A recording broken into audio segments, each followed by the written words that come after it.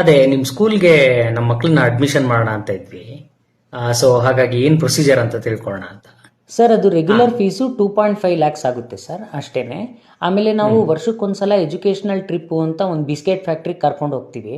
So ಅದಕ್ಕೆ 25,000 extra ಆಗುತ್ತೆ sir. School uniform except shoes 3,500 rupees ಆಗುತ್ತೆ ಸರ್. ಶೂಸು ಸಾಕ್ಸು ನೀವು ಸಪ್ರೇಟ್ ತೊಗೋಬೇಕು ಸರ್, 1,500 ಆಗುತ್ತೆ ಸರ್. ಅದು ನೀವು ನಮ್ಮಲ್ಲೇ ತೊಗೋಬೇಕು sir. 25 homework books, 25 class work books, ಅದು ನಮ್ಮಲ್ಲೇ ತೊಗೋಬೇಕು ಸರ್. ಆಮೇಲೆ ಗೋಲ್ ಗುಂಬಜು, ತಾಜ್ ಮಹಲ್ ಇವೆಲ್ಲ ಮಾಡೋಕ್ಕೆ ಒಂದು 50 kg ಥರ್ಮಾಕಾಲ್ ವರ್ಷಕ್ಕೆ, ಅದು ನಮ್ಮ ಹತ್ರನೇ ನೀವು ತೊಗೋಬೇಕು ಸರ್. ಆಮೇಲೆ ಬುಕ್ಸ್ ಮೇಲೆ ಅಂಟಿಸೋ ಲೇಬಲ್ಸು ಅದು ನಮ್ಮ ಹತ್ರನೇ ತೊಗೋಬೇಕು. ಮಕ್ಕಳು ನಾವು ಹುಟ್ಟಿಸಿರೋದಾಗತ್ತಾ ಅಥವಾ ಅದು ಸ್ಕೂಲಲ್ಲೇ ಏನಾದರೂ?